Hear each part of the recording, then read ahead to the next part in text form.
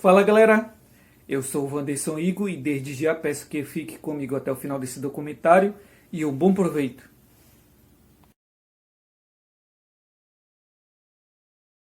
A Babilônia foi uma das maiores cidades de uma região conhecida pelo nome de Mesopotâmia, que significa terra entre rios. Situada entre os rios Tigre e Eufrates, a Mesopotâmia era uma espécie de encruzilhada do mundo antigo, para a qual convergiam muitos povos, como os sumérios, acádios, os babilônios, assírios e caldeus. Esses rios na antiguidade tiveram muita importância, pois através de seu regime de cheias e vazantes anuais, provê as terras das proximidades com matéria orgânica fertilizante. Dentro desta perspectiva, a região da Mesopotâmia era uma excelente opção, pois garantia à população água para consumo, rios para pesca via de transporte pelos rios. Outro benefício oferecido pelos rios Tigre e Eufrates eram as cheias, que fertilizavam as margens, garantindo um ótimo local para a agricultura. Tendo assim, também podemos citar o Egito Antigo com o rio Nilo. Para os egípcios, o rio Nilo era sagrado, pois ele teve um papel preponderante para a existência e desenvolvimento da civilização egípcia, visto que a maior parte do território está localizado em regiões desérticas. Próximo ao rio, eles viviam da pesca e da agricultura, sobretudo o cultivo de cereais, garantida pelas cheias do Nilo, que favoreciam a fertilização do solo. Além da agricultura, o rio Nilo foi uma das mais importantes fontes de água para os egípcios e ainda permitiu a intensificação de transporte de pessoas e mercadorias e do comércio na região. Não foi à toa que o historiador Heródoto, considerado o pai da história, disse a célebre frase: "O Egito é uma dádiva do Nilo". Os egípcios ainda deixaram registrado a importância do Nilo em pinturas. Até os dias de hoje, o rio Nilo possui elevada importância para as populações africanas, uma vez que garante a sobrevivência de parte do continente. É um rio fronteiriço e, portanto, compartilha de suas águas com outros países, sendo essencial para o desenvolvimento social e econômico de diversos territórios africanos.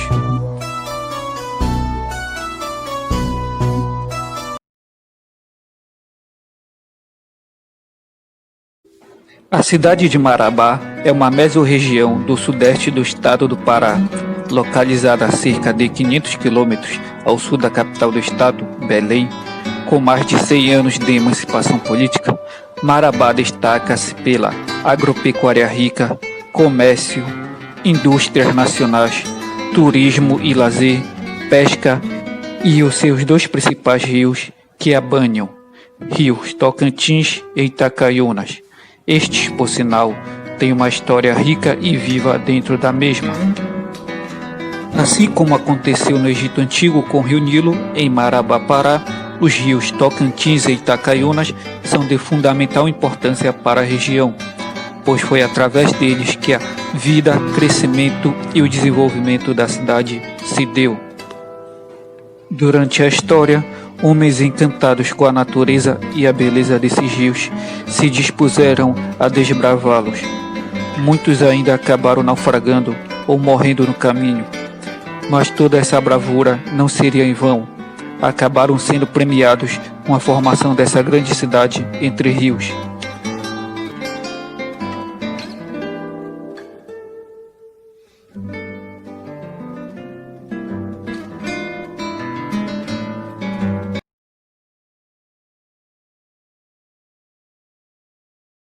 O rio Tocantins é um rio brasileiro que nasce no estado de Goiás, passando pelos estados do Tocantins, Maranhão e Pará, até chegar à foz do rio Amazonas, onde este desemboca as suas águas. Em Marabá, foi através do rio Tocantins que os primeiros colonizadores tiveram acesso à região. O rio percorre o município cerca de 50 quilômetros, o que permite a navegação durante o ano todo. Até o ano de 1970, trechos desse rio faziam ligação entre Marabá e Belém, que só foi interrompida pelas barragens de Tucuruí. O rio Itacaiunas é um rio que nasce na Serra da Seringa, no município de Água Azul do Norte, no estado do Pará, e é formado pela junção de dois rios, Água Preta e Rio Azul. Este desemboca na margem esquerda do rio Tocantins. Em 1669, chegou à região do Itacaiunas dois bandeirantes portugueses, Brandão e Gonçalo Paz, em busca de ouro, porém não encontraram nada de ouro. Ao invés disto, acharam uma fonte alimentícia valiosa que era comida pelos índios. Era nada mais nada menos que a castanha do Pará. Desse modo, esses dois bandeirantes levaram pela primeira vez a castanha do Pará para os comércios europeus. Iniciava-se assim os primeiros comércios da castanha na região.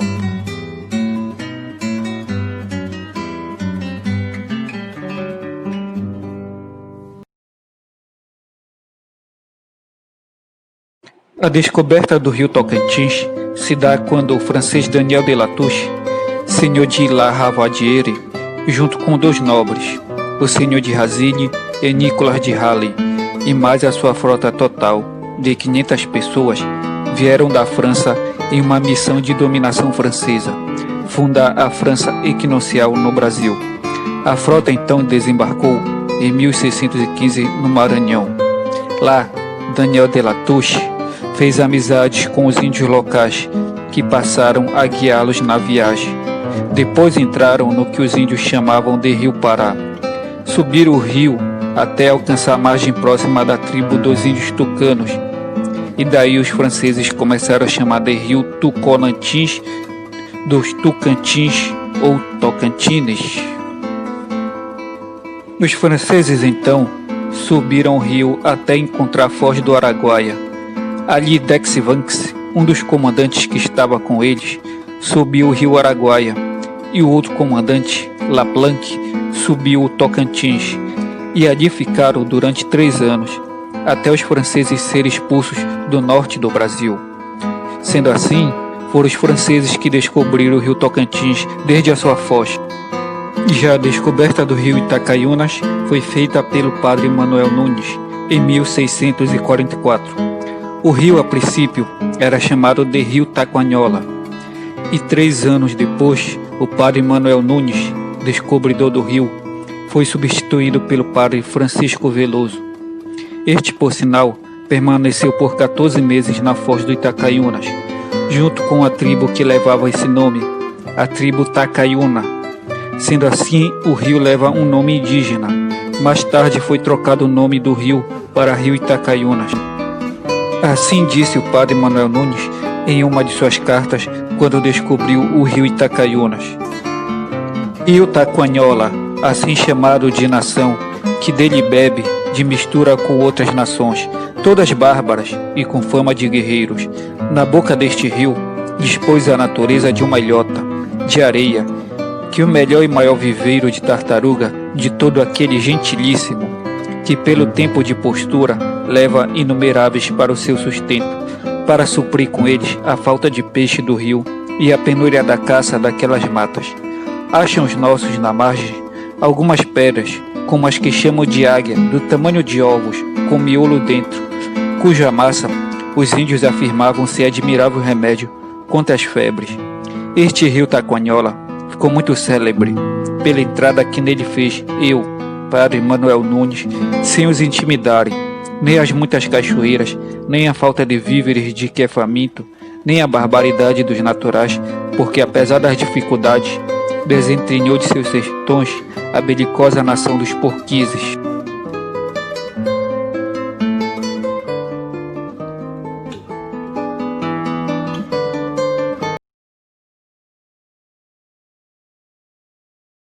Lutas por poder assolaram a cidade de Boa Vista entre os anos de 1892 a 1895, no tempo dos coronéis, já no início da República Brasileira.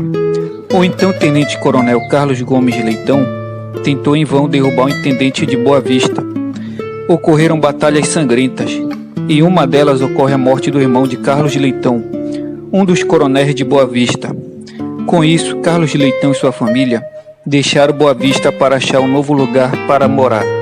Assim, adentraram o rio Tocantins e iniciaram a expedição de viagem ao território que hoje é Marabá. Uma vez instalado na região, Carlos Leitão foi para Belém, onde obteve ajuda financeira para a instalação de uma colônia agrícola na região do Itacaiunas. Era agosto de 1895. Não demoraria muito para que o novo burgo se expandisse. Em 1896, o caucho, produto de onde a borracha é retirada, foi descoberto nas margens dos rios Tocantins e Itacaiunas. Essa novidade atraiu pessoas de algumas partes do Brasil, pessoas advindas do estado do Maranhão, Goiás, Piauí, Ceará e outros estados nordestinos vieram para trabalhar na extração da borracha, fazendo-se assim o povoamento de vez da região. Vale a pena ressaltar que o caucho, produto de onde a borracha é feita, já era explorado no estado do Acre. Sabendo da notícia da descoberta do caucho na região do Itacaiunas, o comerciante maranhense Francisco Coelho faz uma visita à região em 1898. Vendo que ainda faltava um comércio local, resolveu fazer a transferência da sua casa de negócios da cidade de Grajaú para a Foz do Itacaiunas, fazendo esta transferência por terra de Grajaú até Imperatriz e por meio fluvial, obedecendo o curso das águas do Tocantins. Ali estabeleceu-se o barracão, com o nome Casa Marabá, dando origem à primeira casa de negócio na região do Itacaiunas. Essa casa cresceu, prosperou até a emancipação da cidade a status quo de município.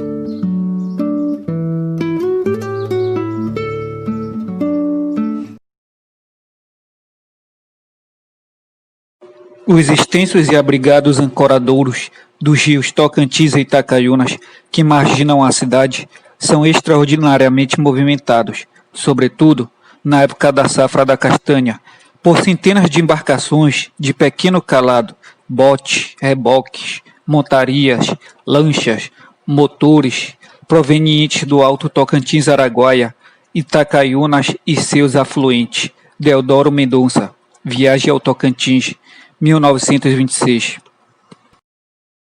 Falar dos rios da cidade requer também falar sobre os tipos de embarcações que passaram por eles ao longo da história, trazendo mercadorias que movimentavam o comércio da região, pois vale ressaltar que até a primeira metade do século XX, apesar da emancipação política de Marabá, a cidade não tinha estradas, ficando assim isolada do resto do estado do Pará. Então o único meio de se chegar a Marabá e o sudeste paraense era por via fluvial. Os botes foram os primeiros tipos de transporte desta região. Eram feitos de madeira e locomoviam-se à base de remos, ganchos e forquilhas. Estes transportes foram muito importantes para o desenvolvimento da região Tocantins-Araguaia, pois através deles eram trazidas mercadorias que eram disputadas no sertão goiano e maranhense, como o sal, por exemplo. Os barcos de remeiros eram uma espécie de canoas, eram feitos de madeira e locomoviam-se à base de remos e forquilhas. Era uma navegação simples e fácil, porém, devido às fortes cachoeiras do Itacaiunas, as viagens neles se tornavam perigosas. Os batelões eram um pouco parecidos com os botes, só que em tamanho maior. Através deles eram transportados a castanha pelo rio Itacaiunas e seus afluentes.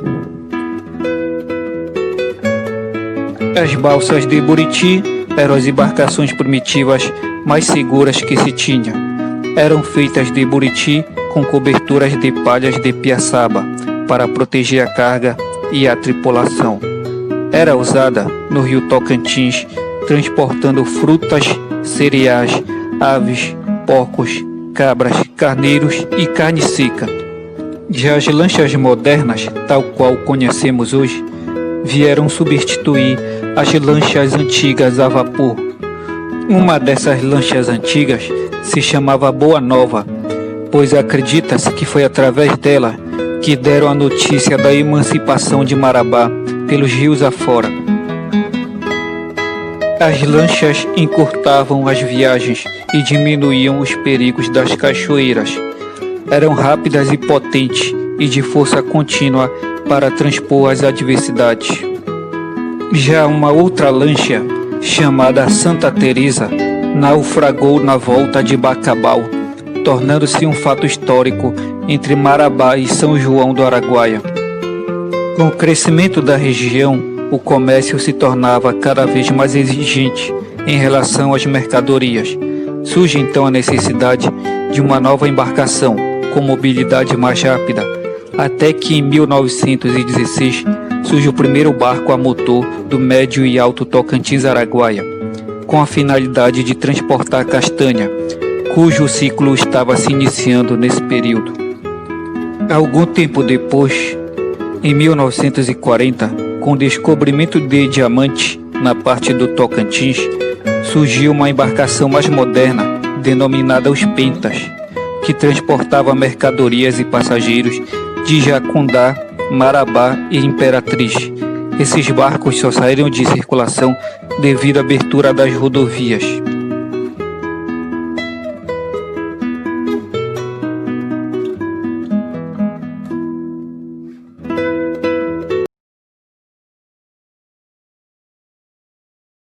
Por causa dos rios que banham Marabá em forma de Y, o município possui vários locais de lazer que, além das praias, oferece a pesca esportiva e a prática de esportes aquáticos.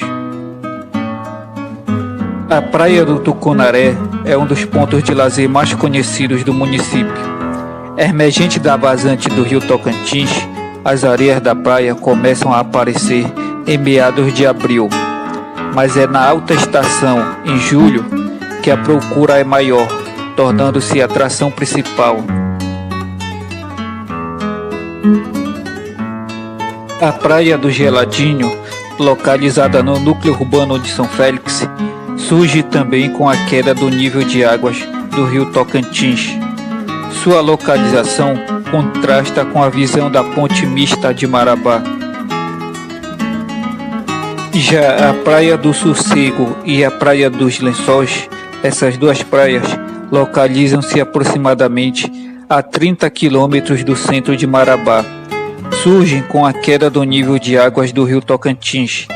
A paisagem é bucólica, apresenta coloração de águas claras, com pouca presença de substâncias úmicas e maior presença de sedimentos e rochas minerais.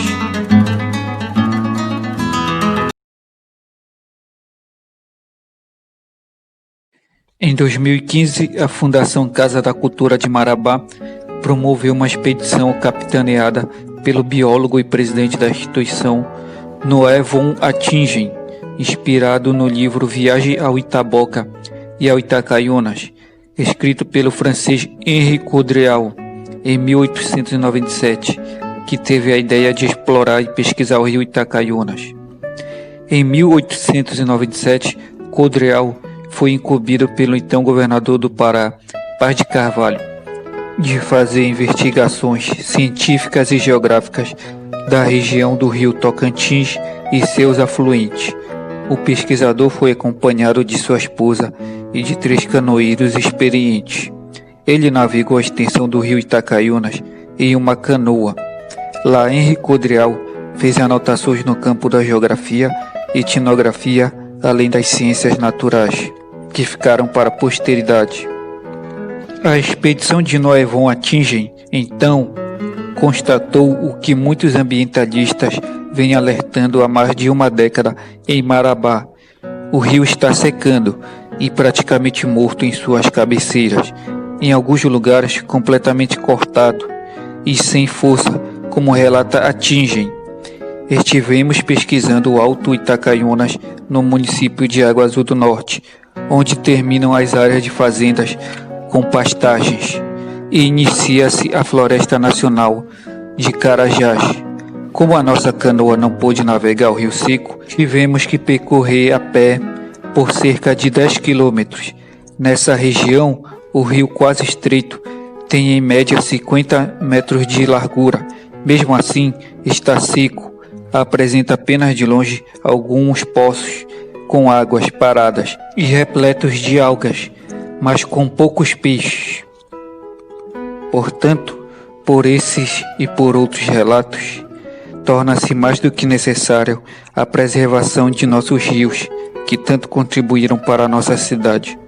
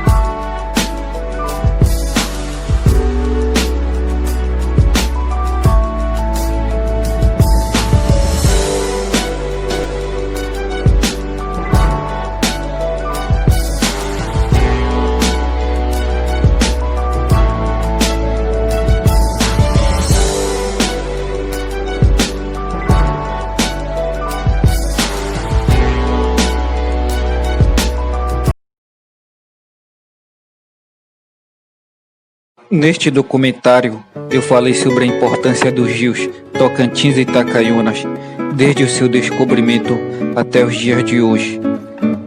E como homens encantados com a beleza desses rios se dispuseram a desbravá-los e fundando essa grande cidade entre rios, bem como os tipos de embarcações que passaram por eles, movimentando os rios e o comércio da região. Portanto, vamos preservá-los para que eles durem e continuem dando alegrias para a cidade.